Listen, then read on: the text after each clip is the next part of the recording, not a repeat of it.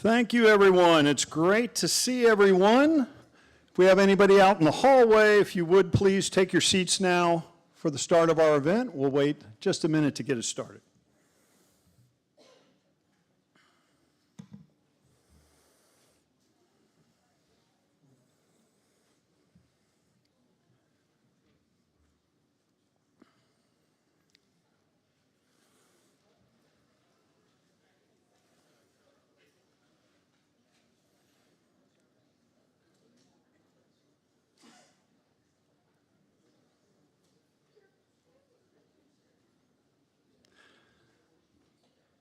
Wow, what a great crowd we have today. And I'd certainly like to thank everyone who has joined us in person and across the country on our EAC YouTube channel live stream feed for our event.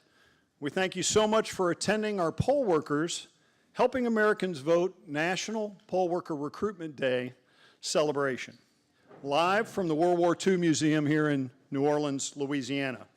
Our event today will highlight what our election worker service means to our nation and our democracy, and certainly there'll be much more about that later.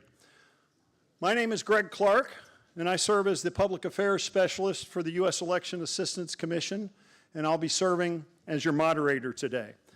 To start our event off on a proper note, please stand, if you are able, as the color guard from the Louisiana National Guard will present our nation's colors.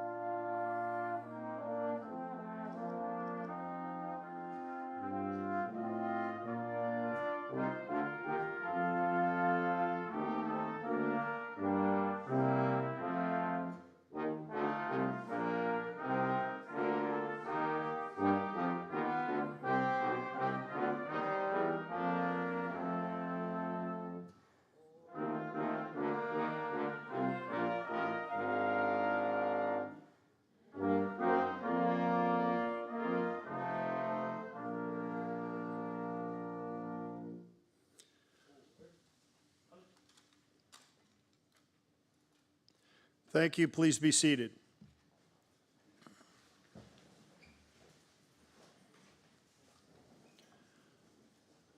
The Marine Corps Reserve Band Brass Quintet will now play the service songs of our military branches. If you or a family member has served or is currently serving, please rise to be recognized when your service song is played.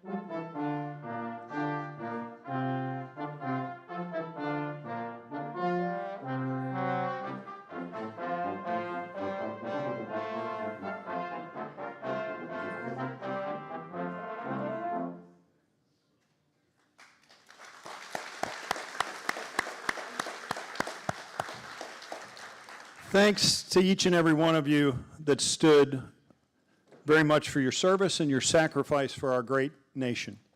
The U.S. Election Assistance Commission and our proud partner Vet the Vote extend our thanks to the Marine Corps Reserve Brass Quintet and these wonderful musicians for their support and volunteer of their time and their talent for today's musical performance.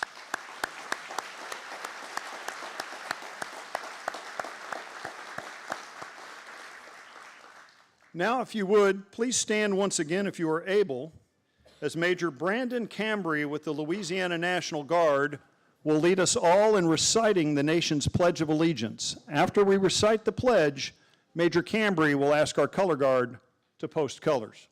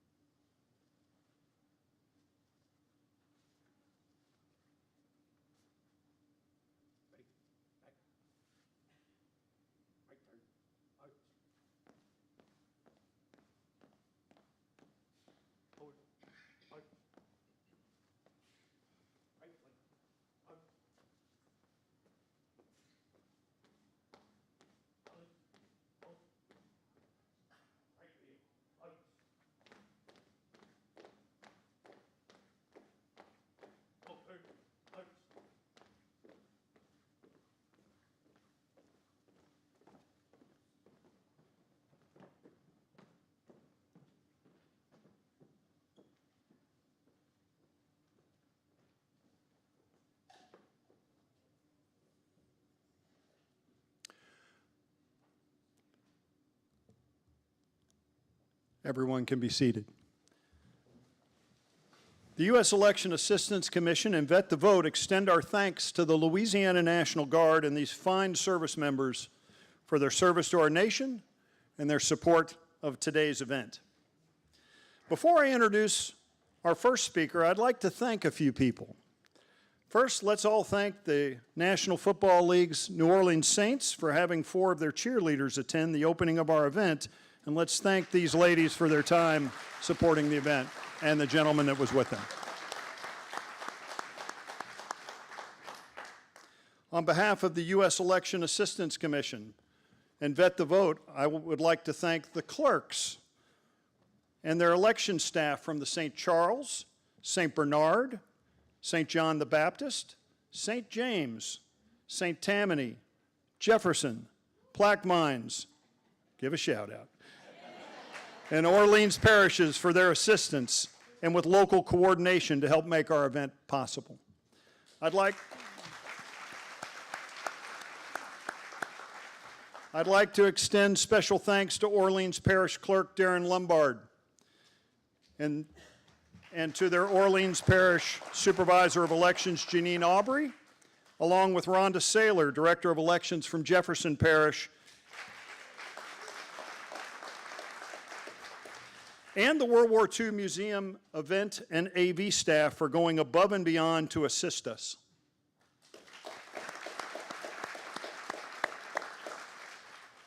We're privileged to have with us the program director of our event partner, Vet the Vote, Loren Westerfield, and their associate director of patriotic participation, Danielle Malone, both of whom have been instrumental in coordinating our event. Thank you, ladies.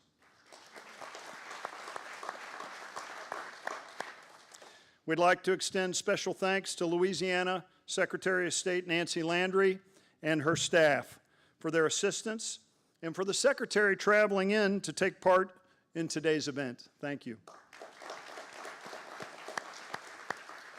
And we'd like to thank Louisiana Secretary of Veteran Affairs, Charlton McGinley, and his staff for their assistance. You'll hear from both Secretary Landry and Secretary McGinley a bit later in our program.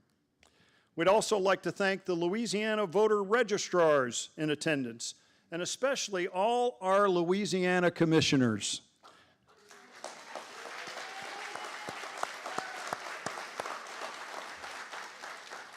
That are here in person and across the state. And let us also recognize all poll workers, managers, election judges, and inspectors, wherever they might be, as today this event is all about you. And we also, let's not forget, we also want to give special thanks to the election office staff here today and all across the country. What incredible work you all do.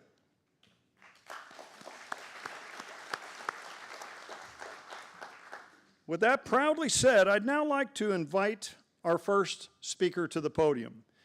He is the World War II Museum's Vice President of Education and Access. He joined the museum in 2017.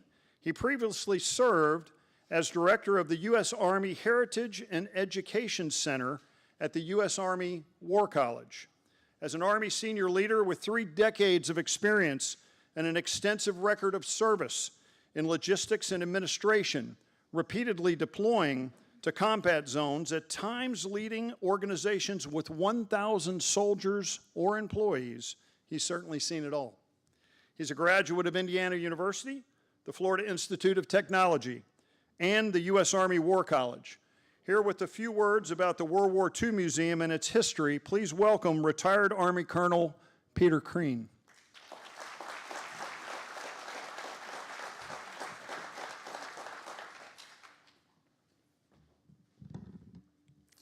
Good morning, everyone, and thank you. Welcome to the National World War II Museum. We here at the museum could not be more thrilled that this event is being held here, because of the significance of the tie that veterans who are supporting a national responsibility, not just a right to vote, but a responsibility to vote, that you are holding your event here at the museum. And why is that important? For a couple of reasons. First of all, the service to our nation is at the heart of what this museum has been about from the very beginning. Since its founding on the 6th of June, D-Day, of 2000, the museum has honored World War II veterans and their legacy. It's our mission to tell America's story of World War II, why it was fought, how it was won, and what it means today, so that people will understand the price of freedom and be inspired by what they learn. Now, when we start our events here at the museum, we usually start by first honoring World War II veterans that are present. Then we honor veterans, all American veterans who are present. And then we honor their immediate family members who have supported those careers. In this room today, I'm going to hesitate doing that because you've been clapping a lot already, and it would be everybody in the room. So, not only has the museum been about honoring service, but it's also about that legacy of World War II and how these things intertwine, what you are here about today and the museum's mission to tell the story of World War II. You know, in 1944, the election of 1944, and you're not going to get a whole history class here, relax. That was a significant election because you had literally 16.4 million Americans in uniform, most of whom were away from the immediate areas around their homes for the first time in their lives. They would not be home to vote in the election. That veteran vote, or the service member vote, was considered so important that it might actually just change the history of the election. So for the first time, the military actually had to wrestle with what are we going to do to ensure that our service members have the right to vote, that we get them their ballots strung out across the world and get it back in time, and show that American democracy is still alive and well in the worst of times. And they did that. That is part of the story of World War II. Now, that's what this museum is about. But let's talk about other form of service, what you are about. So I'm not doing the whole stand up and clap. Raise your hand if you're a veteran. Absolutely. Now, so when our nation needed it, those of you who raised your hand again and served our country in uniform. But now you are serving our nation again as an election worker. That's a continued legacy of service, just like the history of the National World War II Museum started by Dr. Stephen Ambrose and Dr. Nick Mueller. Yours is a legacy of service to our nation, of continued service to our nation. I love how all of these things intertwine. So you have a long list of speakers here today, but the point of the intertwining and continued service, I'll leave with one more thing. Okay? Not only is service to our nation as an affair of the heart to me, but how all of these things come together. So one of the election workers here in the room is 92 years old. He's a veteran. He is obviously one of our election workers and works on all of the elections that happen in Orleans Parish. And he's also a volunteer here at the National World War II Museum. All of these things intertwining. And oh, by the way, he's my dad.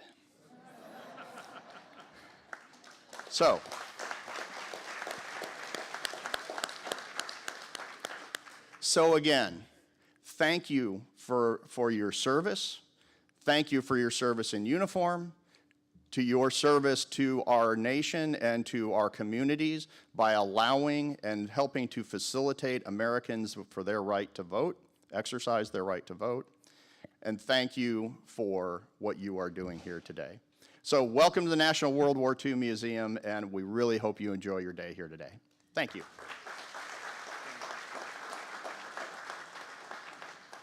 Wow, what wonderful remarks. Thank you, Colonel Crean. And on behalf of the Election Assistance Commission and Vet the Vote, we'd like to thank you for your service to our nation and support of our event today. So thank you again. Our next speaker is one I especially appreciate. Don Palmer is one of our 4 EAC commissioners this year, and he has had the busy role of being our commission's chairman this year. Chairman Palmer was confirmed by unanimous consent of the United States Senate on January 2nd, 2019, to serve on the U.S. Election Assistance Commission. Please welcome EAC Chairman Don Palmer.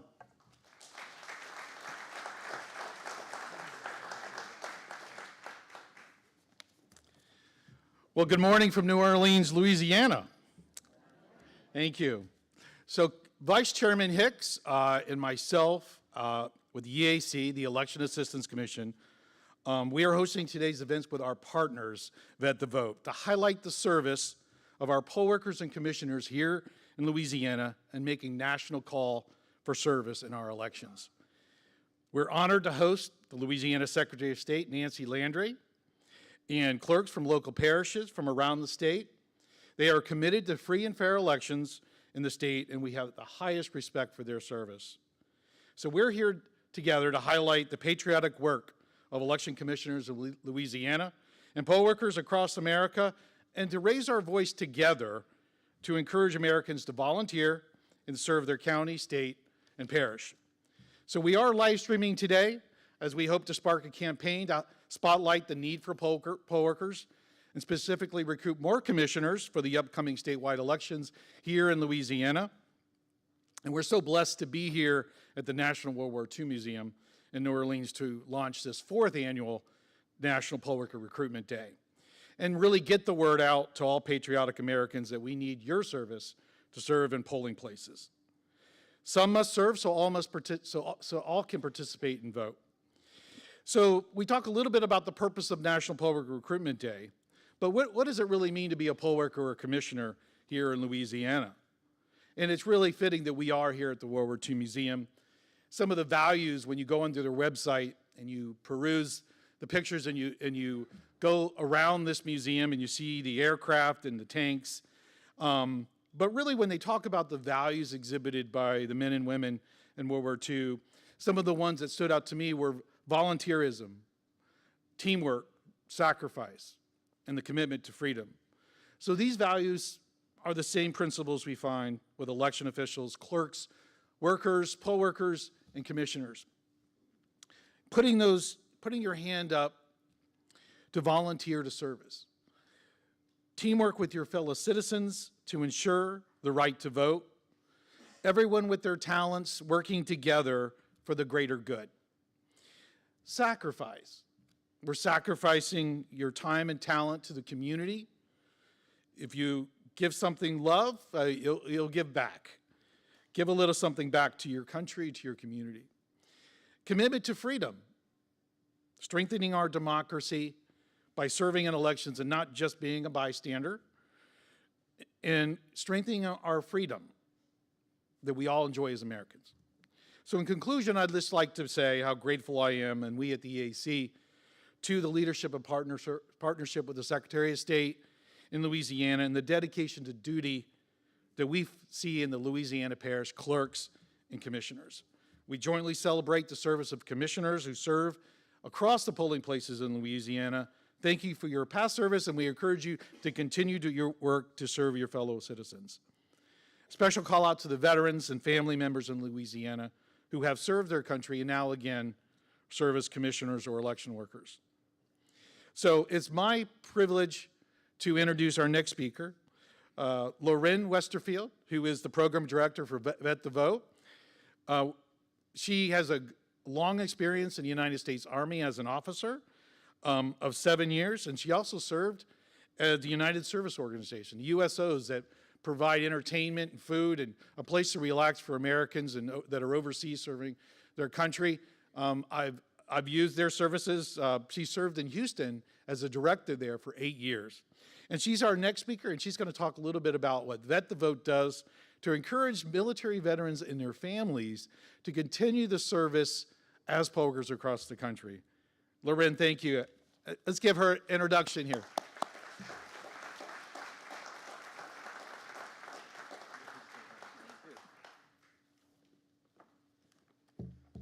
Good morning. You guys are so good. This is such a great audience. Everybody's awake. You got coffee. Love it. Thank you, Don, and to the entire EAC. Special thanks to Greg for all of his work putting this together. We could not have done it without you all. Thank you to the Secretary of State for being here. It's always such a pleasure to have the State Secretary be here thanking poll workers. And I would like to also thank, obviously, all of our veterans.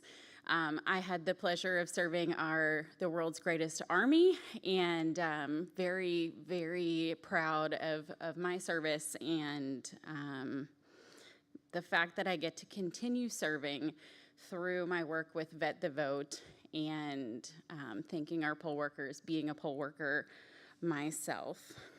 I also want to thank the family members. So at Vet the Vote, we are very inclusive of the entire military family, understanding I am also a 20-year Army wife. And I would say, having deployed to Iraq and having been on the other side of the deployment, that being the one home is harder, is honestly, I get it. I wasn't getting shot at every day. I had a pretty cushy job as an S1, but nonetheless, in that facet, it is extremely difficult to be the one home handling everything, knowing that your service member is overseas and in harm's way, and having to still get up every morning and go to work, take care of your children, clean your house, whatever it is that you have to do. So extra special thank you to all of those family members out there who have supported their service member through those deployments and all of those moves and PCSs and all of those difficult times. So thank you to you all. I would like to thank our poll workers. It's an incredible thing if people don't understand how our elections work. Vet the Vote started in 2022 following kind of COVID, And as you all know, a lot of our poll workers were older, probably afraid maybe to get out, or had decided that they weren't going to work the elections kind of following those COVID years. And so there was a shortage. There was a large shortage of poll workers. And my colleagues and the founders of Vet the Vote and We the Veterans and Military Family Members saw that and said, well, I bet that our veterans and military family members who have already sworn to support and defend the Constitution of the United States would probably step in and fill those shoes.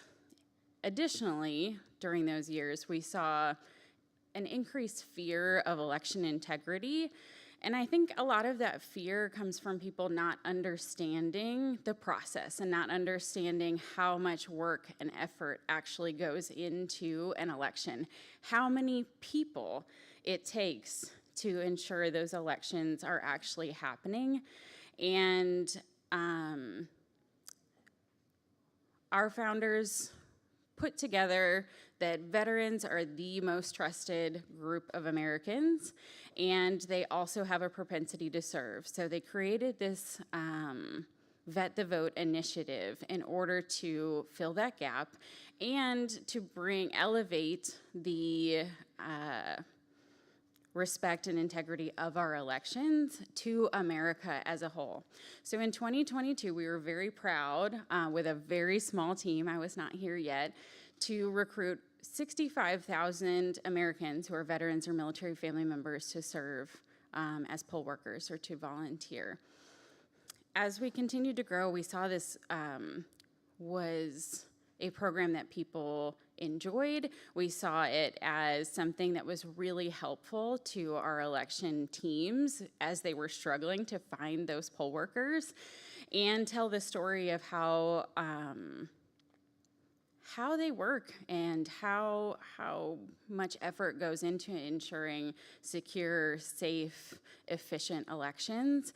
And in 2024 combined, we recruited over 165,000 Americans who are veterans or military family members who volunteered to serve. So yeah, it's incredible.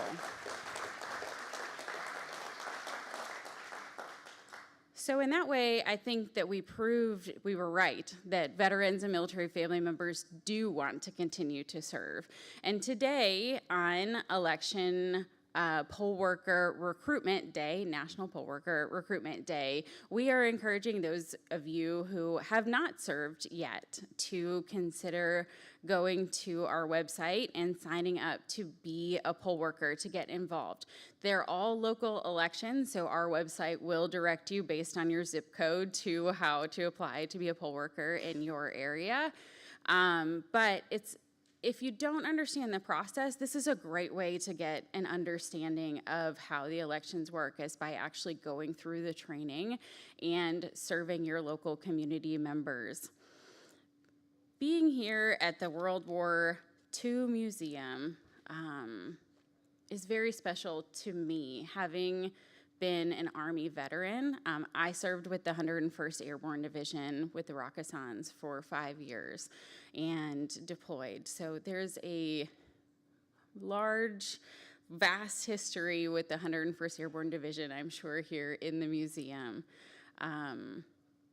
My grandfather actually served along with his 3 brothers in World War II, and thankfully they all came home, but those war scars were with him all the way till the end of his life. And I think it is so important for all of us to continue to remember the history. If we don't remember, we are prone to repeat that history. And so it is so very important for our next generation to understand those sacrifices and be a part of it, to actually immerse themselves in what that looked like and the hardships that those brave men and women survived and fought for our nation. Anyway, thank you all for your time here. Thank you for being here. If you have not yet, if you're a poll worker and you haven't signed up with us so that we can acknowledge you as part of our core of volunteers, please go to our website. There's a little section that says, I'm already volunteering as a poll worker, and just let us know. We would love to know. And thank you for your continued service. And with that, I will just end by saying vote, volunteer, and support those who do.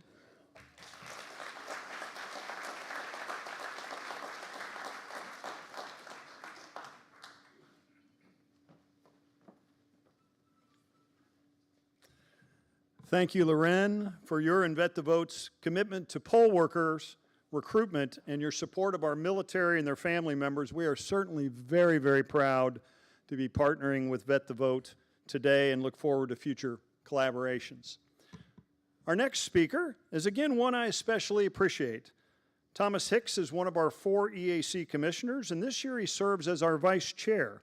Thomas Hicks was confirmed by unanimous consent of the United States Senate on December 16, 2014, to serve on the U.S. Election Assistance Commission.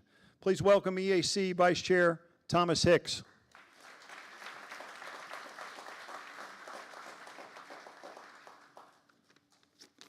Good morning, everyone. I always like my remarks that someone else draft for me, but then I want to just vary. But I won't because this is being filmed. But I want to thank everyone who's here today because I know that this is a special time in our nation's history as we look back and we look forward to things. Listening to Loren, just thinking about all the things that my family has gone through in terms of things of sacrifices and so forth, but also to think about what other folks have done throughout our nation's history. And even though we are Republicans, Democrats, or whatever, or black, white, whatever, we all stand for one thing, and that's for our nation. And so to serve as a poll worker, to be able to look at your fellow American and say, I don't care who you vote for, I just care for the fact that I'm here, that you are able to be able to vote.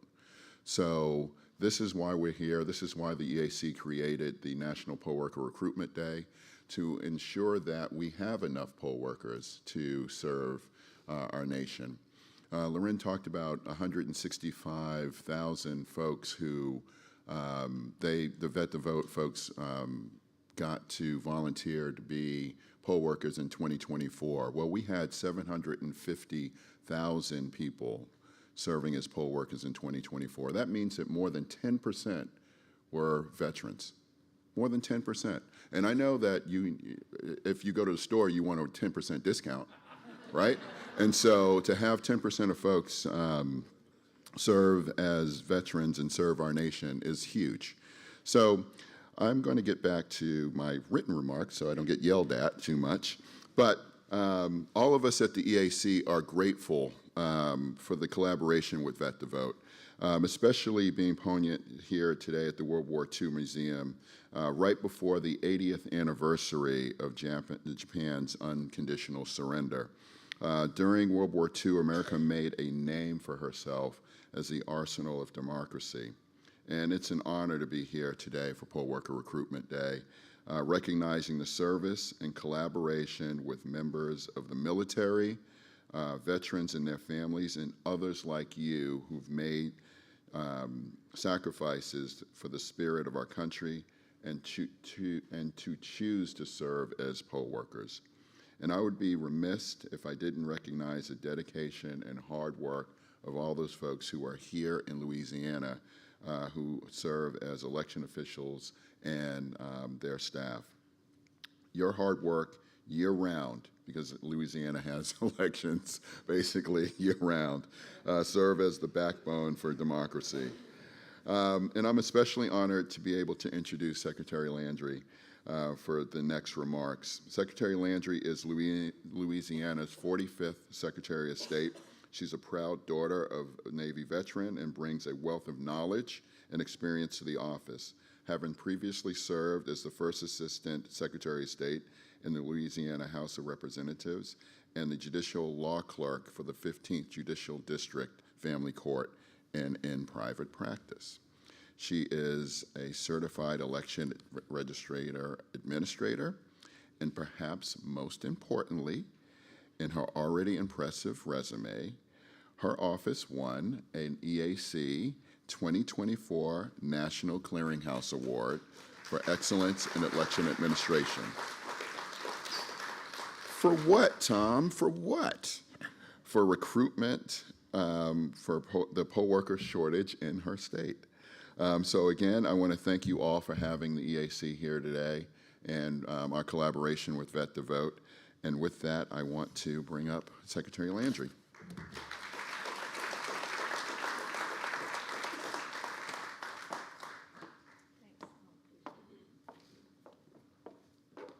Well, I want to get a good morning also. So good morning. So it's my pleasure to welcome you here to the World War II Museum in New Orleans and to welcome you to the great state of Louisiana and to New Orleans. I'm really grateful to the U.S. Elections Commission for hosting this event and Vet the Vote, Lauren. And I'm really pleased and honored that the EAC recently awarded Louisiana its annual Clearinghouse Award for poll worker recruitment among large jurisdictions. I'm also grateful to the World War II Museum for having us here today. This museum is a monument to the darkest period in the history of the world and to those who sacrificed everything to keep our nation free. And it's because of the men and women who fought to defeat totalitarianism and defend our way of life that we stand here today to honor our poll workers and our safe and free elections. In the time that I've been Secretary of State, I've reminded people across Louisiana about how we keep elections safe with what I call the 4 Ps of election integrity. And that's our people, our policies, our procedures, and the physical security of our election equipment. And I won't go through all 4 of them, but I will say the first P is our people. And that includes many of you here in this room today and around Louisiana. Our registrars of voters, would y'all stand up, all the registrars who are here, please? Thank you. There's many of you here. They're our local partners. Our clerks of court, will all the clerks of court here please stand up? I know we have Darren and Lisa, Kim. Darren's back there. And Lisa Bridges is our registrar here in Orleans. She's here today too.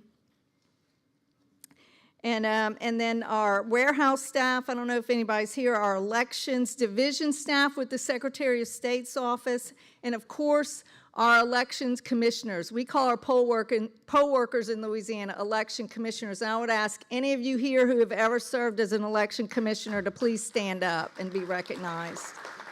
Wow, thank you. And I can raise my hand too because I also served as a commissioner before I was elected. So thank you so much for your service. The nearly 30,000 commissioners across our state represent a diverse and dedicated group of individuals who perform a critical function. Some of them have done it for more than 50 years, and we could not conduct elections without their help. Our commissioners work long hours for very little pay. It's not a completely volunteer job in Louisiana. They do get paid a little bit, but not nearly what they deserve. So we really appreciate it. But there are unsung heroes of our republic.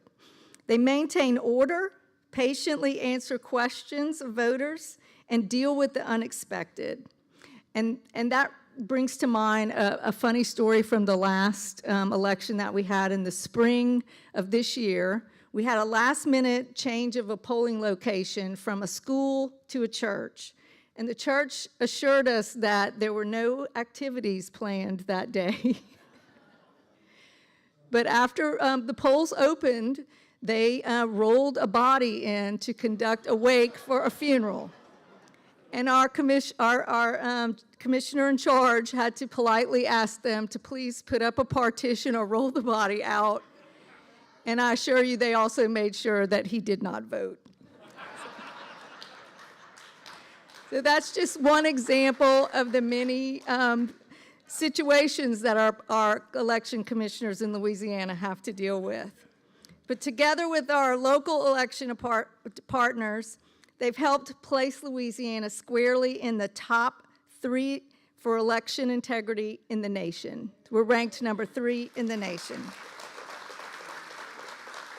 And I could not be more thankful to them for their dedication. As Louisiana faces major changes to our elections in the near future, we'll be moving to a new closed party primary system, and we'll be also acquiring a new voting system. We'll be calling on our commissioners to help assist us and to assist voters in all 64 parishes to adjust to these changes. And I know that they're up to the task, and they will continue to ensure that our elections run smoothly. I want to thank the EAC commissioners, Don Palmer, Chairman Palmer, and Vice Chairman Tom Hicks, Brigadier General John Plunkett, Secretary Charlton McGinley, who we haven't heard from yet, but he's special to us because he actually used to work at our agency, our registrars and clerks who've joined us today, and especially our dedicated elections commissioners who are here today. We very much appreciate your service to your communities, and I know that we can rely on you to keep up the good work and keep our elections among the best in the nation. And before I close, I just want to say also, we really appreciate the veterans who serve as election commissioners, and we changed our laws in Louisiana, and we allow an exception to the law to allow active duty military to serve as election commissioners. Also, normally you have to be a registered voter in Louisiana. That's one of the qualifications. But as long as you're a U.S. citizen and you're registered to vote in another state, if you are active duty military or dependent of active duty and you're stationed here in Louisiana, you are also welcome to be an election commissioner. You can find the application on our website at govote.com. That's GEAUX vote.com, spelled the Louisiana way. And you turn it into your local clerk of court. So thank you so much for this event and for having me here today. I appreciate it. And thank you all to all of you who help our elections run smoothly.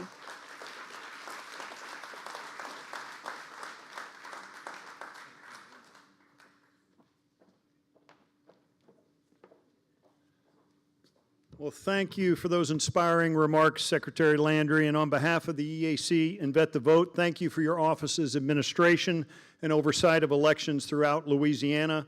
And thank you so much for taking time to support and participate in our event. We're now going to turn our attention a little more local. Our next speaker represents the Plaquemines Parish here in Greater New Orleans area. Plaquemines, I'm sorry, I apologize. You only have to correct me once. She was elected as clerk for the parish in 2015 after a successful 25-year career in the banking industry. In addition to serving as clerk for the parish, she serves as the parish's chief election official. Please welcome Plaquemines Parish Clerk Kim Turlich Vaughn.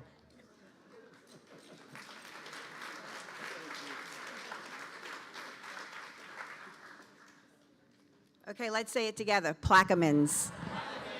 Plaquemines. I know it's a misconception in the way that it spells. Good morning, everyone. How are you today? Good to see you all here. I'm here to talk a little bit about the role of the clerk of court in the state of Louisiana. We actually maintain and preserve all of the official records for our parish, including the recording, of course, and the recording of all land records and all of the UCC documents. We also file all the civil and criminal proceedings in our parishes.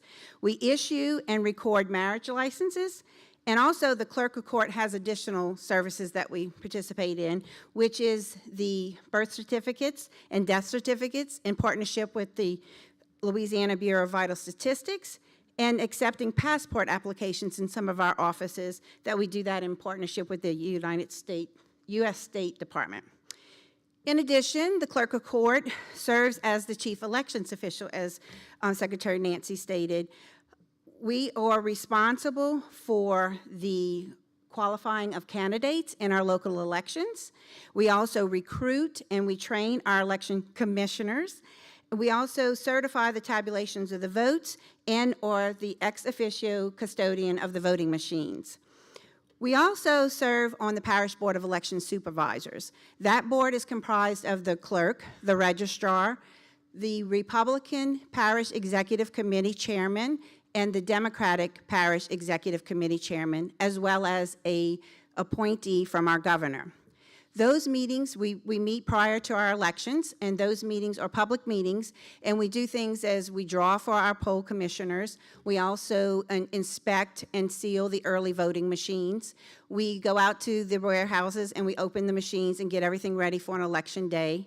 On election day, on the evening after the polls are closed, or actually a few hours before the polls are closed, we are responsible for participating in the process of counting the absentee ballots and the mail-in ballots.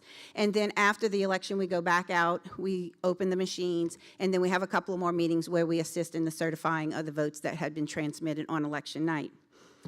Early on in my career, maybe some 40 years ago, when I was in banking, I was in a department where I filed checks. It was my entry-level job at that location. And I had moved from a smaller community within my parish up to one of the larger populated communities in our parish. I knew no one other than passing through the town. So as I would file these checks, I would see all these names and these addresses, but I was new to the community and I had no familiarity with any of the people that I was servicing them in banking. So what I did is volunteer to be a poll commissioner. That way I was able to put the face to the name and the address and sometimes who they wrote their check to. I was able to form that relationship with my community, and I absolutely fell in love with the job of a poll commissioner. Years later, of course, I got advanced. I had a child, and I was able to advance up to the early voting on election night. Our clerk at that time would send our some of the employees and some people who had smaller children and couldn't spend the whole 12 hours. We just had a couple of hours to participate in the tabulation of those early mail-in ballots. So I was able to advance to that. So all these years later, now I am the chief elections official of Plaquemines Parish. And I enjoy this position. I'm not going to say more than the rest, but probably equal or maybe a smidget above, because it puts you out in the community. It gets you in front of the public. It's talking about your love for the elections and making sure that you have good people who want to do that service to our community and to the country to be a poll commissioner. Today, as we celebrate National Poll Worker Recruitment Day, I would just like to thank every one of you who has served in that capacity, is small or large. We appreciate everything that you do, because without election poll commissioners, we would not be able to function. It's a long day. It's a very long day. And as Secretary Landry also stated, it's, you know, for a nominal pay, but it is a paid position, and we appreciate all that you do, and we make sure that, we appreciate your commitment, not only your commitment, but your contribution to maintaining the integrity of the elections in the state of Louisiana. I would also like to thank Greg for having me here today and vet the vote for this wonderful event. Thank you very much, and I hope you have the rest of a wonderful day.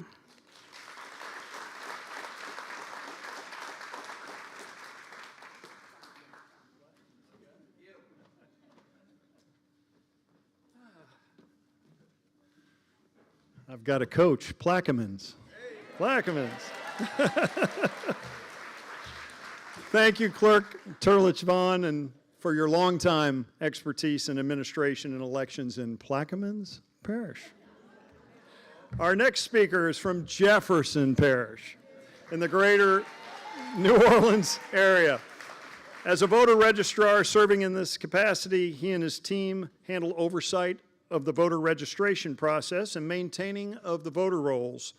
They work with early voting and with the greater elections team to ensure fair elections.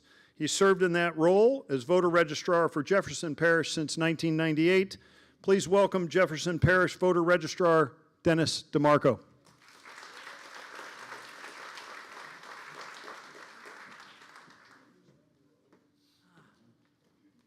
Thank you very much. It's an honor to be invited and speak before this group. As was mentioned, my name is Dennis DeMarco. I'm the registrar voter for Jefferson Parish, which is the second most populous parish in the state of Louisiana.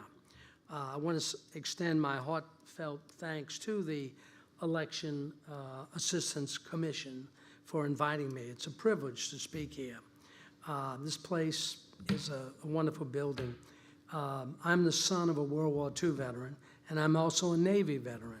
So it's a great honor to be here. This is not just a building. This represents more than a building. And this building embodies the courage, the sacrifice, and the freedom for which countless service members fought, some giving the ultimate, for the freedoms that we continue to enjoy and the freedoms that define us as a nation. We sometimes overlook that. One of those freedoms, which is very close to my heart, is the right to vote. Voting, as was mentioned, is the cornerstone of our democracy, an essential that must be protected and upheld through open, honest, secure, and transparent elections. As registrar of voters, I, and we have many other registrars in the audience, are committed to ensuring that our elections reflect those principles. My job description was mentioned before, but I'll go over it again. We do have an opening, so if you ever need a job, come to Jefferson Parish. We oversee voter registration. We conduct early voting. Early voting continues to expand. It becomes a greater part of every election. We also manage the mail ballot operations. Anyone over 65 who has a disability can sign up, one-page form, and we will mail you a ballot for every election that affects you as long as you live, a little bit period of time. We also perform other critical functions to ensure a fair and efficient election. We deliver elections with the highest integrity, where every vote counts, every step is transparent, and public trust continues to grow. And that applies to any registrar or member in this audience today. As the Secretary mentioned, Louisiana has been ranked number 2 or number 3 in the nation for election integrity by the American Heritage Foundation, a recognition through the leadership of our Secretary of State, Nancy Landry, and her staff. Nancy has worked diligently to strengthen voter security and confidence in the process. I also want to commend the U.S. Election Assistance Commission for its focus on election administration. This independent, bipartisan organization plays a crucial role in supporting election officials nationwide. They help to improve administration, protect the integrity of our elections, and ensure every American can participate with full democracy. One of the mottos of the EAC is that poll workers are the face of our democracy. I wholeheartedly agree.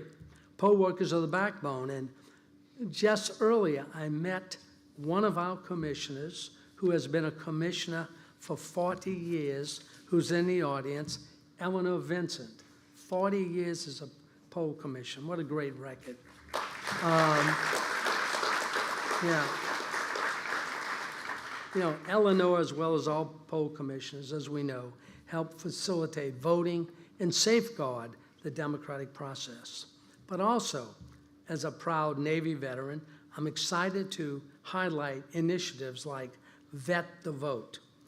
Vet the Vote is a national campaign, as you heard earlier, recruiting veterans and military families to serve as poll workers. In 2025, they expanded their efforts through the Military 250, honoring the 250th anniversary of the Army, Navy, and Marines. I think every veteran at one time has stepped up and served. Here's another chance where you can step up and serve your local your community as a poll worker. To all veterans and military families, as we hear, thank you for your service, and I really mean that. We hope you continue in this service as a poll worker, safeguarding your democratic rights. As was mentioned, over 165,000 veterans and their military families serve already as poll workers. That's a figure that I found astonishing, but well working. I also want to thank my Jefferson Parish Clerk of Court, John Gegenheimer. John strives daily to recruit and train poll workers. Last election, we saw more voters participate than ever before, an achievement made possible by, again, these same dedicated poll workers. So encourage each of you, consider serving if you haven't already, as a poll worker. Participate, serve, and take pride in helping protect one of our most cherished rights, the right to vote. Help us preserve the integrity, security, and strength of our elections. Jefferson Parish just celebrated their bicentennial year, and I'll leave you with a quote from our founding father and our namesake, Thomas Jefferson. Thomas Jefferson said, "Should things go wrong at any time, the people will set them right by the peaceful exercise of their elective rights." Thank you again, and as we say in Louisiana, go vote. Thank you.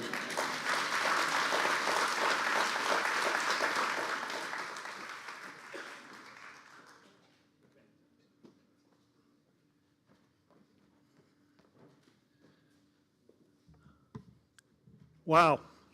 Thank you for those wonderful remarks, Voter Registrar DeMarco.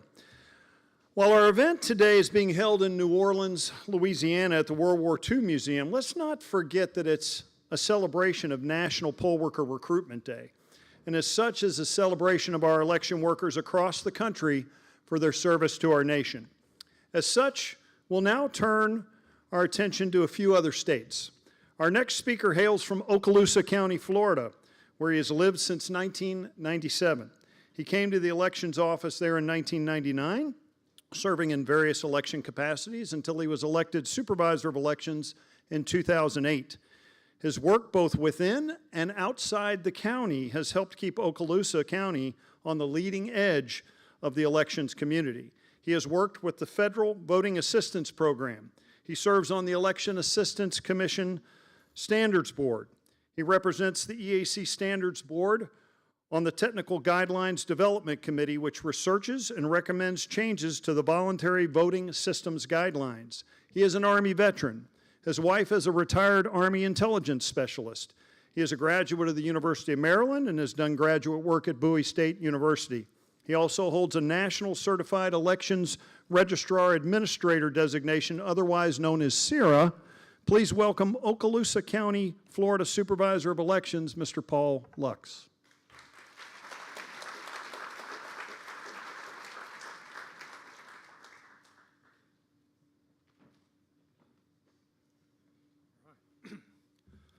Well, thank you, Greg, and thank you to the World War II Museum for hosting this and the EAC, as well as the sponsor, Vet the Vote, a fabulous group of people.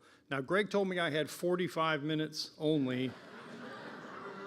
Wait, 4 to 5. Okay, 4 to 5 minutes. Okay, that's better. So a lot of people wonder where Okaloosa County is. So if I say Destin or Fort Walton Beach, you will understand where I am because a lot of you know where Destin is. But that is my county. We are a rectangle on the Florida Panhandle. My northern border is Alabama. My southern border is the Gulf of Mexico. And we are divided by a 20-mile wide swath of federal property, little place called Eglin Air Force Base, largest Air Force base in the world. And one of the cool things, so I drove over this morning, left quite early, but it was really interesting because I was mentally reflecting as I drove over here. So I left my home county, Eglin Air Force Base, which during World War II was called Valparaiso Field. This is where the Army Air Corps did a lot of their training. I passed Pensacola, the cradle of naval aviation. I crossed over Mobile Bay to see the USS Alabama greeting you as you come across the interstate there. Through Biloxi, where the shipyards were, and then over here, of course, to the World War II Museum. And as I learned today, the reason the museum is here, because this is where all the landing craft for D-Day were built, and all the training was done here in New Orleans, and so fabulous place to be. Another interesting thing about my county is it is the first time, my county and in my neighboring counties, it was the first time an election event in Florida was canceled during our special congressional primary this year in January due to a blizzard. Now, no one has ever canceled an election event in Florida for a blizzard before, So it's nice to be up on the list. So after listening to Kim talk about her job, and I realized, gosh, it sounds like I'm a slacker then, because all I'm responsible for is the registration of voters, maintaining the candidates and making sure we do the ballot layout and design, printing the ballots, taking care of all the absentee voters, particularly our military voters, managing the early voting sites, and then, of course, election day polling places. And what can you not run a polling place without? Poll workers, absolutely. So Greg mentioned I'm an Army veteran. I'm from the Cold War era, military intelligence, or even worse, Army intelligence, right? Everybody knows what oxymorons are. But one of my favorite stories about being in the military is my birthday is on November 2nd, which frequently falls on Election Day. And so while I was in basic training at Fort McClellan, Alabama, I got my first ballot, which was a vote-by-mail ballot mailed to me by my home state, which is Ohio. A little punch card ballot, gave me a little bent paper clip to poke things out with. And I voted my first ballot while I was still just 17 years old. I turned 18 on Election Day that year, so I got to vote early. And so I actually cast my first ballot while I was still 17 years old in basic training from Fort McClellan, Alabama, which I thought was fabulous. So here we are on National Poll Worker Recruitment Day, and everyone knows that the poll workers, and in my case, I draw on them to also be early voting workers as well, are the lifeblood of every single election. And this is a big day for me and my counterparts across the state of Florida. A lot of us are out on this day doing registration drives, not just for voters, but also recruiting poll workers. There's a lot of outreach events that go on specifically to recruit poll workers on this day, as well as a lot of social media. And if you were to go to my Facebook page, and by mine I mean my county office Facebook page, you will see on my page today a video of Chairman Palmer with my Secretary of State, Cord Byrd, who did a Let's Get Out and Recruit Poll Workers video for us. And so that's up on a lot of our websites and social media sites today, which is kind of fun. So Loren mentioned where Vet the Vote came from. So most of us, I'll certainly say all of us remember 2020. COVID-19 brought us an unprecedented level of uncertainty and fear, and as Loren, as she said, there was another side effect that most people had not planned on, and that was a loss of poll workers because they were in the most vulnerable category. And so a lot of poll workers left our ranks, and that problem persisted into 2022 in the midterm elections. Now, on my side of the desk, there was a lot of concern that there was going to be attempts by, and we call them election enthusiasts, to infiltrate the ranks of our poll workers and to cause problems. And then somewhere in the middle of getting everything ready for the midterm elections in 2022, I started getting this absolute flurry of applications for people signing up to be poll workers. And a couple of the names I recognized, I picked up the phone and I called them and I said, "What is going on?" And they said, "There's this new place called Vet the Vote, and they're asking veterans to sign up." So I went and signed up just to see what it was all about. I went to their website, I read everything, and we got dozens and dozens of applications as a result of Vet the Vote, and helped us fill those ranks in 2022 in the midterms and certainly in 2024. But that also led to a lot of calls, because anytime something involves the military, because of my military background and because of my work with the overseas military voters, I get a lot of phone calls from my counterparts, and they were like, "Why are we suddenly getting all these poll worker applications? What's this all about?" And I told them, it's this fabulous group called Vet the Vote who are doing all of this for us. So I want to thank the Election Assistance Commission, not just for hosting this, but for all of the other work that they do for us in the election community the rest of the year. They act as a clearinghouse for best practices. They manage federal grant dollars when the government is kind enough to give them money to give us. But they support elections nationwide. They do regional workshops across the United States. They have online educational opportunities for everybody, and they host great events just like this. So I want to thank the Election Assistance Commission, Chairman Palmer and Vice Chair Hicks for being here. I want to thank, of course, this fabulous venue. I walked in this room and I was like, oh my gosh, this is a fabulous venue for this, to be here today. And of course, I want to thank all of our veterans and all of the family members of our veterans for being here, particularly those who are poll workers. And we all know that football season is fast approaching, and for people who think I was probably going to make some SEC team related comment, instead, because I know Chairman Palmer is going to get the last word, I'm going to get in the first punch and say, "Go Army, beat Navy."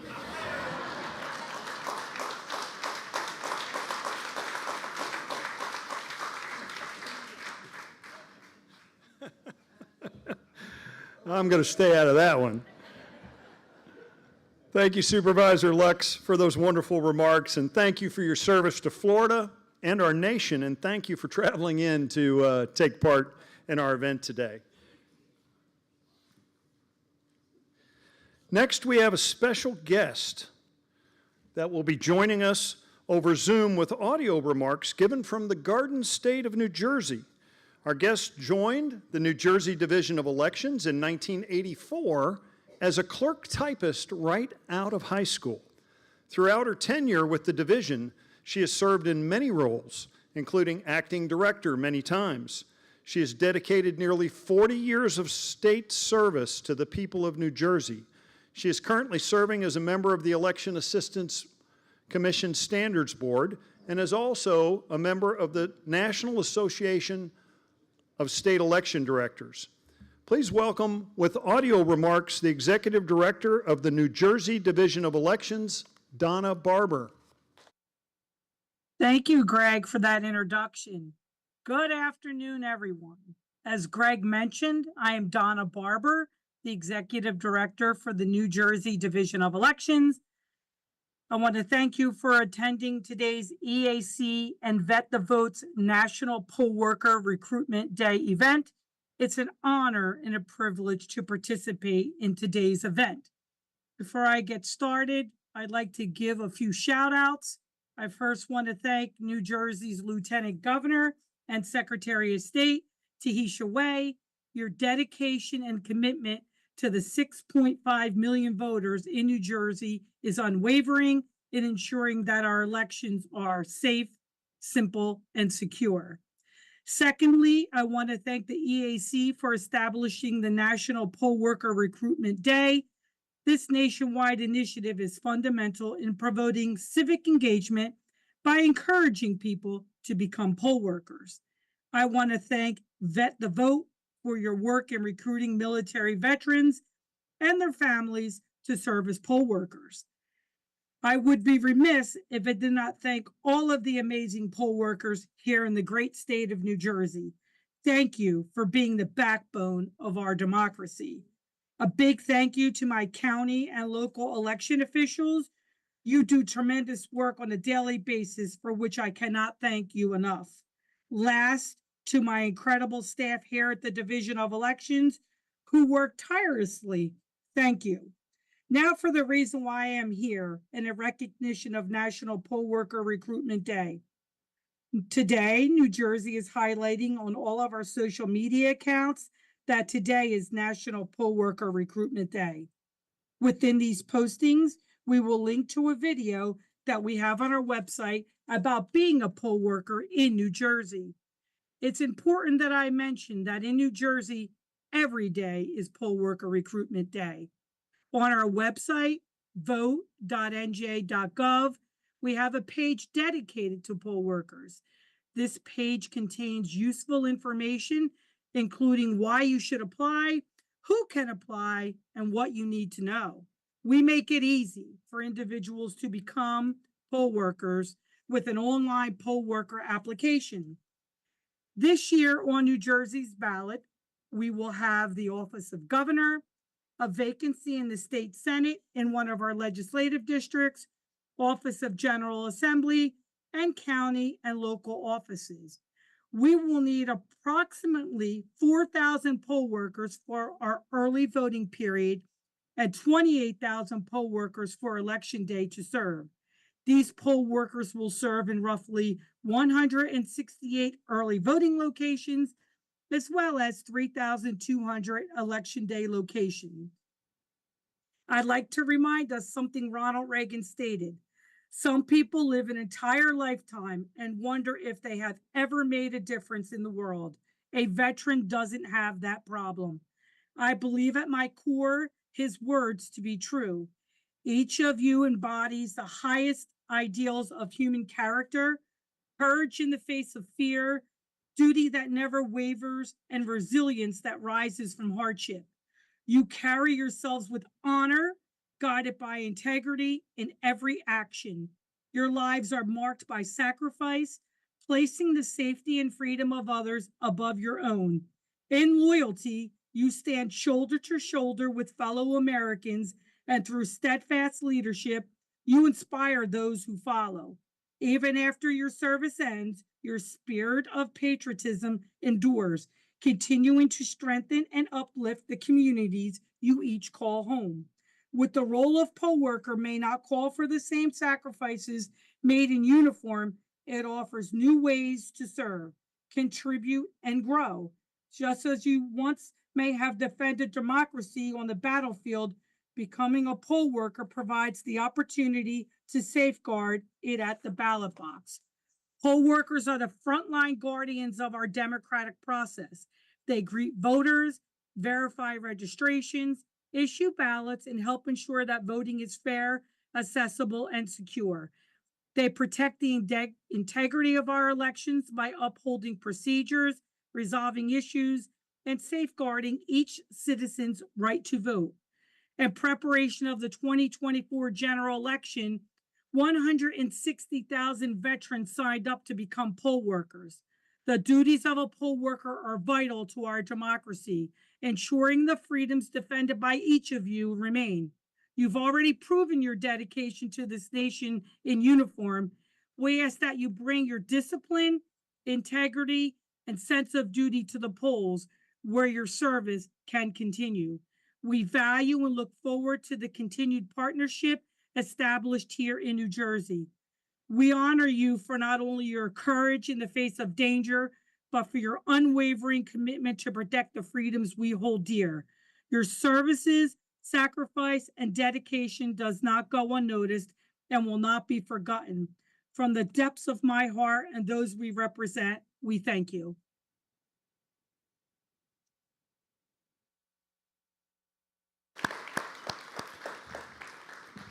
Thank you, Executive Director Barber, for that check-in and delivery of such special remarks from the Garden State of New Jersey.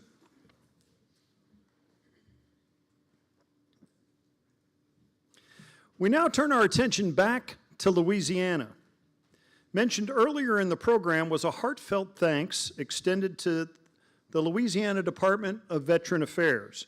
Our next guest is Secretary of that department, and today he's traveling, returning from the National VFW Convention that was held in Columbus, Ohio.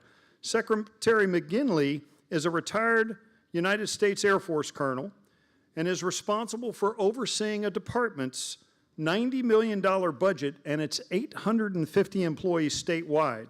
Appointed by Louisiana Governor Jeff Landry, he manages the operations of 5 state veteran homes, 5 state veteran cemeteries, 74 veteran service offices, 32 college and university campus student veteran centers. He oversees all department programs that include the department's Military Family Assistance Fund and much more. Secretary McGinley served in active duty in the U.S. Air Force for over 20 years.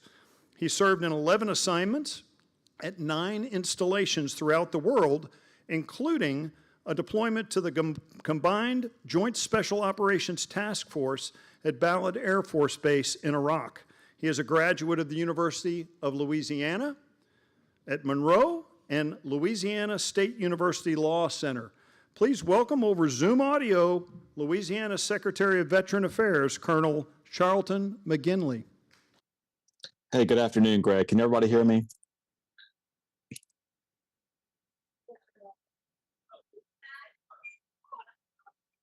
Greg? You got him up there, guys? We good? Yep. All right, great. Hey, look, I wish I could be there at the World War II Museum this afternoon. It is one of my favorite places in the entire world. And one of the messages that I often talk about is just how much we owe to our World War II veterans. it's my personal opinion that the freedoms that we enjoy in 2025 are a direct result of what those men did in 1944 and 1945, and but for their efforts, we would not have the life that we have today. First off, I want to say how incredible an opportunity it is for me to be able to join this EAC and Vet the Vote National Poll Worker Recruitment Day. As Ms. Landry said earlier, I have a very, very unique perspective on this. I was a JAG officer for 20 years. In my last assignment, I was a judge. And in my transition phase, coming from military to civilian, the first job that I had was as general counsel for my Secretary of State. So imagine going from 20 years of doing nothing but criminal law to all of a sudden doing election law. It was definitely a baptism of fire. But it was awesome and I loved it. And I had a chance to kind of see just how the sausage is made when it comes to elections and just how much effort is put into the process by so many people. And one of the things that we talked about was essentially the upcoming tsunami of the lack of poll workers and what we were going to do to try to, alleviate that issue. And of course, as Ms. Landry had said earlier, one of the things that we did was open it up to active duty folks who may not be residents of the state of Louisiana, so many of them who wanted to be able to join this effort. So there's a couple of things that I just want to say about this. And, as a veteran, you can take the veteran out of the military, but you really never take the military out of the veteran. And I think that's what makes this effort that Vet the Vote is doing right now so special and so important. I mean, veterans have obviously for generations and generations fought to protect democracy.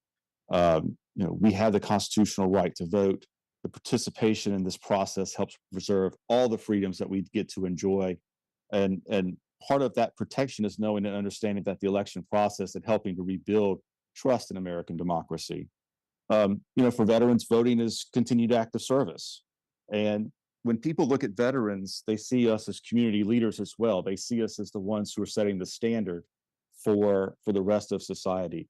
And that's why it's so important for what Vet the Vote is doing, because veterans who are helping to make sure that the process is run properly and efficiently puts more trust, of course, into the voting process.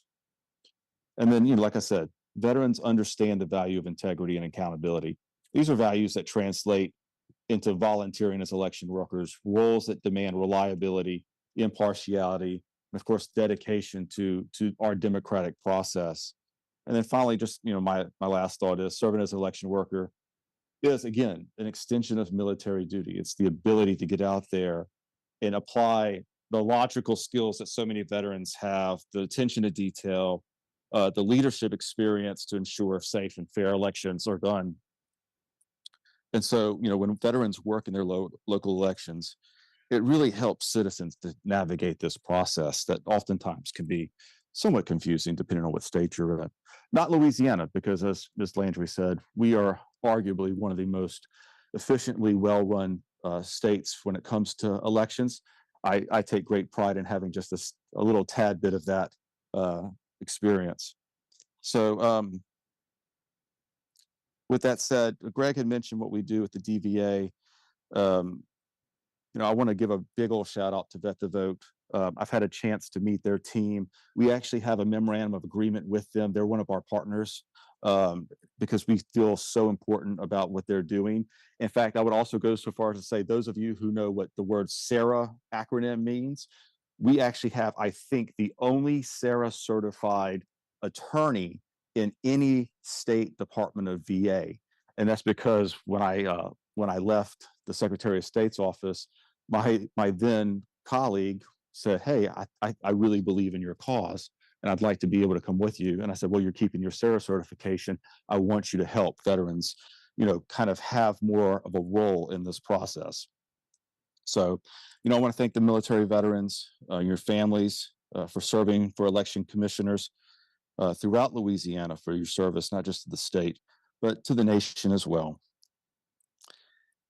And, Greg, I could talk about this all day long, but my flight boards in about 3 minutes, and they're all looking at me. So, again, thank you so much for this opportunity. Thank you, Vet the Vote. Thank you, EAC, for all that you are doing to to make sure that our elections are fair and run with integrity. And again, my message to any veteran, if you're looking for some way to continue your service, this is an incredible opportunity, and it's one that we need so importantly. And so I highly encourage you to get out there and help the process.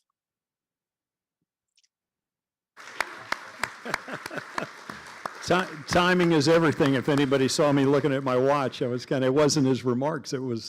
We had to time all this out. So thank you to the museum staff. I want to thank Rashad with our team too. They've done a fantastic job, and Kristen Muthig, our communications director back at the home office, that is monitoring this event today for us. So thank you, Secretary McGinley, for those inspiring remarks, and thank you for your service to our nation and your department's service to Louisiana, our military veterans, and their families.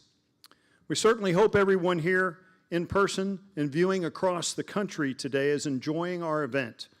We will now play 2 videos.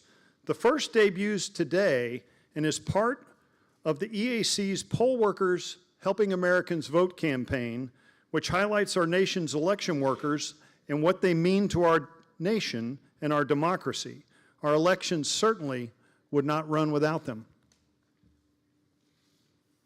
Poll workers. Who are they?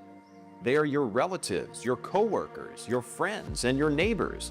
They may be your former teachers or even retired military members. And what do they all have in common? They help Americans vote. For a general election, it takes nearly 1 million Americans serving their communities and assisting voters throughout our nation. Whether they're from Boise, Idaho, Castle Rock, Colorado, Ann Arbor, Michigan, Dallas, Texas, Dayton, Ohio, Charleston, South Carolina, or all points in between, helping Americans vote is what election workers do. Poll workers are Americans from all walks of life, just like you, who have stepped up to help voters in their community exercise the right to vote. To learn more about how to be part of one of the greatest teams in America, please visit helpamericavote.gov. I think that video says it all, don't you? Poll workers, election judges, clerks, inspectors, commissioners from Louisiana come from all walks of life, and we should certainly all be thankful that they made the choice to serve our nation and help their fellow Americans vote.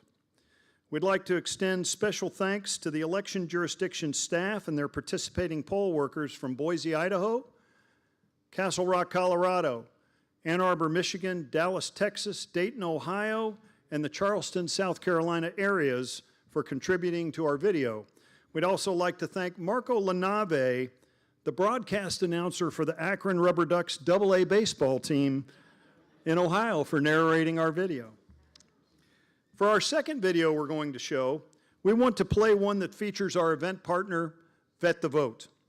As eloquently explained earlier by their program director, Loren Westerfield, Vet the Vote is dedicated to recruiting military veterans and their families to serve as poll workers across the nation.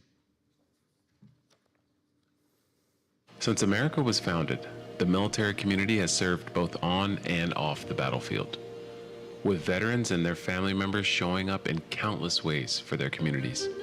These civic-minded individuals answer the nation's call by volunteering to serve again as poll workers in America's elections. Vet the Vote, together with our partner organizations, recruited nearly 165,000 veterans and family members to work the polls in support of free and fair elections. We've had volunteers from 4 out of every 5 zip codes across the country and representation from every branch of service. Isn't it time you join them? As our country reaches its 250th birthday in 2026, celebrate this milestone with service. Make a difference and join the veterans and family members who are already giving their time to ensure our elections run smoothly. Sign up to be a poll worker today. Visit vetthe.vote to learn more.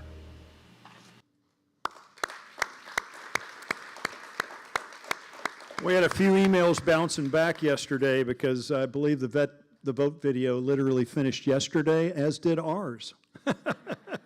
So you're the first to actually see both of them, actually, and our viewers across the country on our live stream. Certainly, what great work Vet the Vote does, huh? We thank them for their service to our nation and for being our partner in today's event. As the website said, visit www.vetthe.vote for more information. We now turn our podium over to an Orleans Parish Commissioner to speak as to why they serve. As lead-in, I personally spent 9 years as a local election official in Jacksonville, Florida prior to joining the EAC. Many of my friends have heard me say that election poll workers are my favorite people. This is because they are the best of the best, and most have the call to service at their core. I learned this by working side by side with thousands of them and having the privilege of teaching over 300 election worker training classes over my 9 years in local election administration.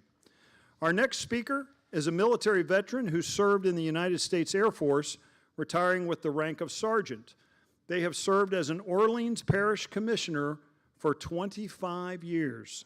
Please put your hands together and welcome Ms. Everlyn Bell.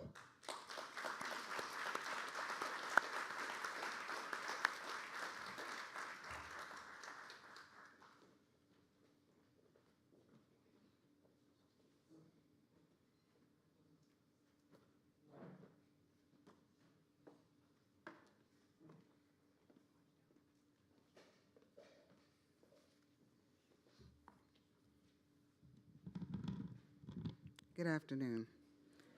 I'd like to start off by saying I'm proud to be an American, and I'm even prouder to be a veteran. Almost all of my life has been spent in New Orleans, and that makes me proud to be a New Orleanian as well. Years ago, while attending LSU-NO, I had a change of heart and decided to voluntarily enlist into the United States Air Force, which turned out to be one of the best decisions I've ever made in my life. Plus, I thought they had the best-looking girly uniforms. I felt the need to serve my country since the Vietnam War was going on, but I later realized that I needed the military more than they needed me.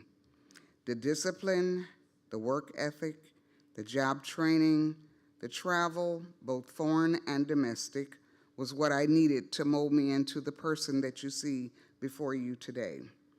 I know it is not like it used to be, but I still feel that is a great opportunity for our young people today who might need guidance, structure, confidence, and character while they're determining what career that they might want to embark on.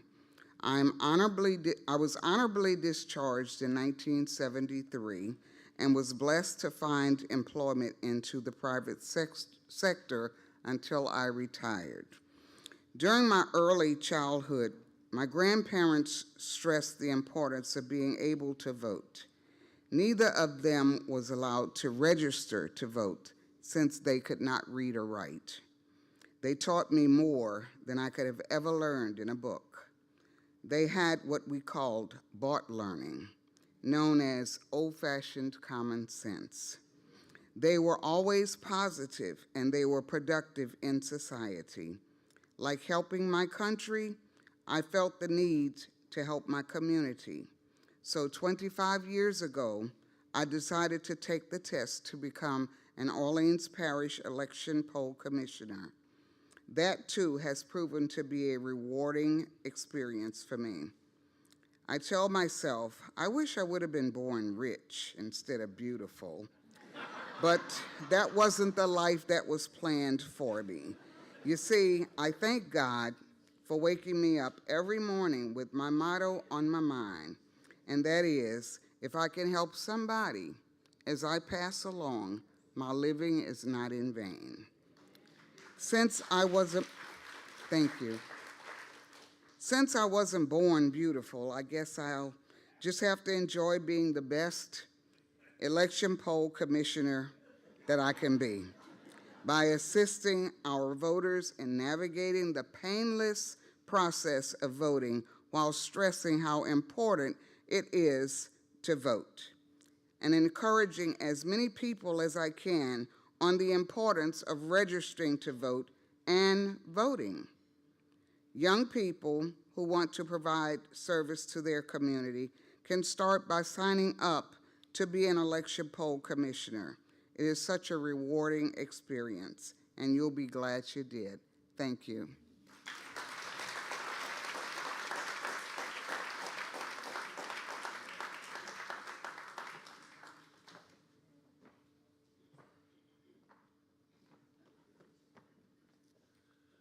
How about another hand for Ms. Bell?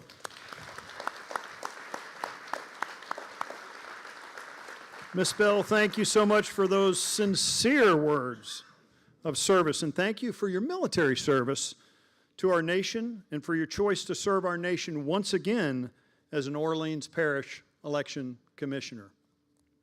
Our next speaker is a military veteran who served in the United States Navy. They retired with the rank of Petty Officer First Class. They have served as an Orleans Parish Commissioner for 32 years. Please put your hands together and let's welcome Mr. Patrick Hunley, Jr.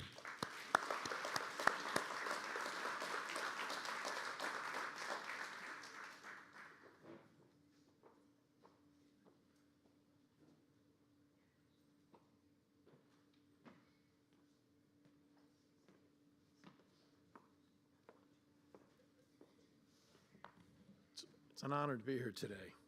Thank you for the invitation. I was actually a commissioner prior to joining the Navy, so leg up.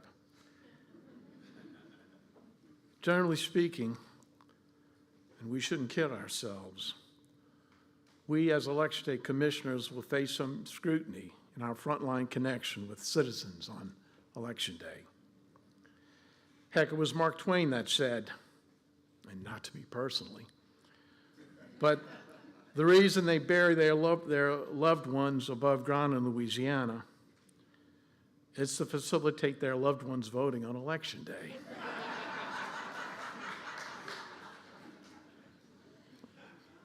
All joking aside, what possibly separates us veterans from other commissioners on Election Day is our military bearing, and that voters are the chief benefactors of all the pre-election days of preparation, from the Secretary of State's office, Ms. Landry, to the Registrar of Voters' offices around the state, to the clerks of office, clerks of court around the state, and in particular, the clerk of Orleans Parish Criminal District Court, Mr. Darren Lombard, election supervisor, Ms.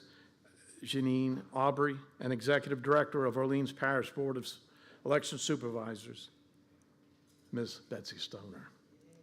We veterans are more than veterans of the voting process on Election Day, but are emblematic of all these efforts in making the election process not only possible, but free of the stain of bias and the stain of corruption. Now, veterans, get this.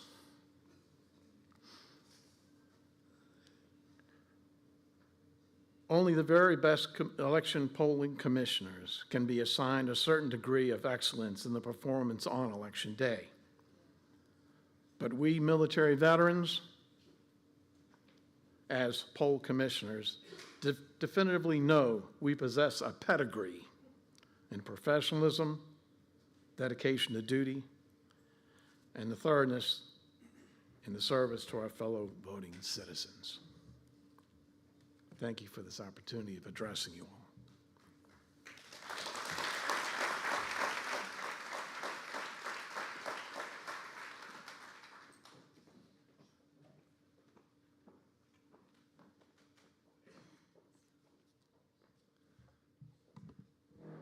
Mr. Hunley, Jr., thank you so much for those inspiring words of service, and thank you for your military service to our nation and your choice to serve our nation once again as an Orleans Parish Elections Commissioner. We send our heartfelt gratitude out to all of our election workers throughout our nation for your dedication to service and making the choice to serve our nation to help make our democracy possible. When I think of the almost 1 million election poll workers, and of course, election judges, inspectors, election commissioners, and others who serve across our nation this past year and a half, a phrase that comes to mind is teamwork. Who better to speak to teamwork than an individual who continues to serve our nation with a very proud and distinguished military career? Our final speaker has over 41 years of dedicated military experience. He was born and raised in New Orleans, Louisiana. He began his military career in 1983 in the United States Marine Corps. He was commissioned as a warrant officer in 1989. In 1998, he was commissioned as an aviation branch officer in the Medical Service Corps. And during his aviation service has logged over 4,000 flight hours and more than 505 combat flight hours. As a company-grade officer, he has served as a section leader, platoon leader, and company commander. He has also served in many field-grade assignments, with one of the latter being the 204th Theater Airfield Operations Group commander. He is currently assigned as the State Aviation Officer for the Louisiana National Guard. He holds a bachelor's degree from Louisiana State University Medical Center and holds 2 master's degrees, one in education from the University of New Orleans and another in strategic studies from the Residence United States Army War College, Carlisle's Banks. His operational deployments include Operation Iraqi Freedom twice and Operation Enduring Freedom. His service also includes federal and state-declared disaster hurricane response and recovery for Andrew, Katrina, Isaac, Laura, Ida, Zeta, and also wildfires. The Operation Deepwater Horizon oil spill and Operation River Garden. He holds numerous decorations and badges, which include 2 Bronze Star medals and many more, and I'll let him tell you the rest. Let's all please welcome to the podium from the Louisiana National Guard, Brigadier General John P. Plunkett.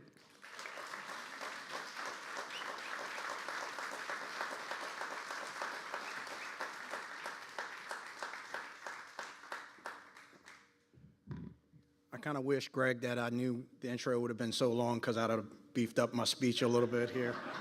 But the good news is we're a little bit behind schedule, so speech being a little shorter, we should be back on time. Okay, good afternoon, everybody. Ladies and gentlemen, elected officials, honored guests, and members of the U.S. Election Assistance Commission. It's an honor to be here today. I'm sure if they saved the best for last, sorry about that, I'm sure if they saved the best for last or just needed someone who wouldn't filibuster through the lunch hour. But either way, I appreciate the opportunity to speak today. Listening to the speakers and leaders who came before me, it's clear that this event has an impressive amount of support, far more than most people give their local ballot measures, and that says a lot about how important elections are to our country and the people who ensure they run smoothly. I would like to note that while I will not mention anything partisan in nature, the sentiment I will express here today is my own and does not represent the official views of the Department of Defense or the Louisiana National Guard. A big thank you to Greg Clark for the invitation to speak today, and an even bigger thank you to the poll workers and election staff across the country. You are the real MVPs, making democracy happen one ballot at a time. Now, many Americans think Election Day just magically appears, like a new season of their favorite show. But those of you in this room know it's more like putting on a Broadway show or production with less singing and more provisional ballots. In the military, we train for the mission, combat deployments, disaster relief, and sometimes just the chaos of annual training in the heat of August. That would be a recipe for disaster if we just show up that day and hope it all comes together. That would be a recipe for disaster or a strong after-action review. I imagine it's the same with elections. You just don't roll out of bed on the first Tuesday after the first Monday in November and say, well, let's see how democracy goes today. No, you train, prepare, build your team, and run through every possible scenario. And sometimes still end up explaining to someone why they can't vote for their favorite American Idol contestant on the same machine. As stated earlier, less than 1% of Americans serve in the military. And similarly, less than 1% serve as poll workers. Yet both shoulder a tremendous responsibility. Soldiers carry rucksacks, and poll workers carry voter rolls into Election Day, facing their own challenges with patience, accuracy, and integrity. One defends our nation's security, the other defends the democratic voice. And without either, the country we know simply would not stand. To every poll worker here, your service may not wear a uniform, but it carries the same weight in protecting the freedoms we hold dear. I recently learned that 160,000 of the nearly 1 million poll workers have military ties, either as veterans or family members. That's a whole lot of people that apparently looked at their retirement and said, I face combat, how hard can a voter with a lost registration card be? Organizations like Vet the Vote are helping connect those who serve in uniform to a new kind of service. Upholding the vote. Veterans are among the most trusted members of our society. And it makes sense, who better to defend democracy than those who've worn the uniform? And who better to handle a long line of voters than someone who's stood in formation for over 3 hours just to eat an MRE? As a leader in the Louisiana National Guard, I've helped train soldiers to prepare for missions, from hurricane response to wildfire evacuations. Leadership in any organization, military or civilian, requires planning, preparation, and persistence. And elected officials, supervisors, directors know this all too well. You're not just working an event, you're defending the backbone of a democracy, and maybe also helping a few voters that, there you go, helping a few voters find their correct polling place after they walked into the gym looking for a Zumba class, of course. To our elected officials, registrars, staff, and poll workers, thank you for your service. You show up early, stay late, and occasionally explain for the 1,000th time why somebody can't vote twice just to make sure it counts. I also want to extend my thanks to Louisiana Secretary of State Nancy Landry for her work overseeing elections across our great state. The ballot may be secret, but the effort you all put in is anything but. You're essential to our democracy, so keep up the good work, stay caffeinated, check those ID laws, and protect what matters. Thank you.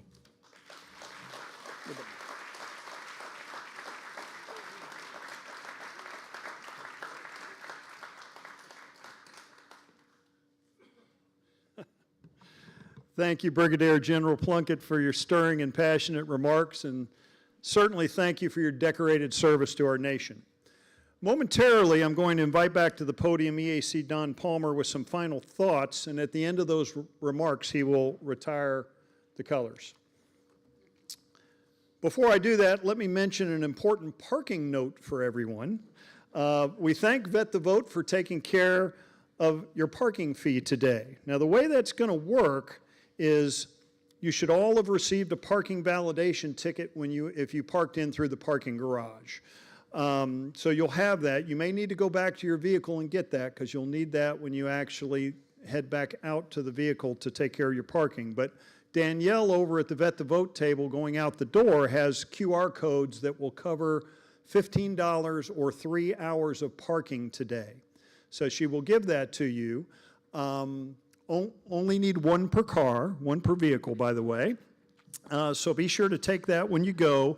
Now, if you choose to stay a little longer and you go over 3 hours, there might be some extra parking charge beyond that. So just kind of know that. The reason that I mentioned that is because if anyone would like to stay and tour the museum today, you could just go either across the way or right here for this Solomon Victory Theater area.